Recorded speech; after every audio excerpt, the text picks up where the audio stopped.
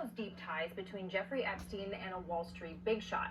So former Barclays CEO Jess Staley allegedly exchanged more than 1,200 emails when the convicted sex offender was a client. And spoiler alert, it just wasn't about business. The U.S. Virgin Islands is suing J.P. Morgan Chase, where Staley was once a top executive, for allegedly facilitating Epstein's human trafficking activities. Court documents claim the two men shared a close personal relationship, even suggesting Staley took part in Epstein's operation. Now, the former investor sent the following message to his friend, presumably while staying on that infamous private island. He says, quote, "I'm in the hot tub with a glass of white wine. This is an amazing place. I owe you much." In a separate email Staley allegedly shared, it was great to give Epstein a long, heartfelt hug. Court filings also show Epstein sent Staley numerous inappropriate photos. While they're redacted, the suit describes them as featuring, quote, young women in seductive poses. And one particularly strange exchange involved Disney princesses of all things. The suit shares this, quote, Staley sent an email to Epstein saying, maybe they're tracking you. That was fun. Say hi to Snow White. Epstein responded, what character would you like next? When Staley said Beauty and the Beast, Epstein replied, well, one side is available. While previous inquiries into Staley have never proved knowledge of Epstein's wrongdoing, he resigned from Barclays in November 2021. Now, lawyers for neither Staley nor J.P. Morgan responded to our request for comment, but these emails, Laura, illuminate what can, at the very least, be described as a bizarre communication between this country's financial elite. Back to you.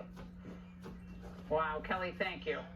Now, this protection racket extends to the university circuit as well. The two people who paid the former Sam Bankman-Fried's bail are Andreas Pepke, who's a senior research scientist at Stanford, and Larry Kramer, former dean of Stanford Law School.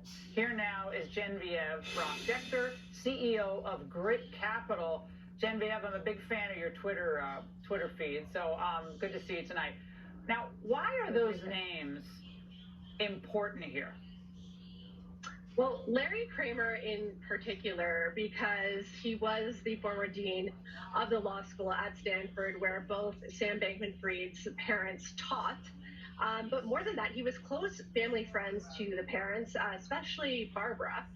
The two of them co-founded a super PAC, a Democratic super PAC together called Mind the Gap, and it had close ties to FTX.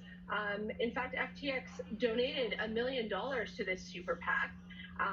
It was a former head of engineering, Gary Singh at FTX, that did this. It was the single largest donation to this super PAC, which is made up mostly of academics from Stanford and funded mainly by Silicon Valley tech entrepreneurs and billionaires.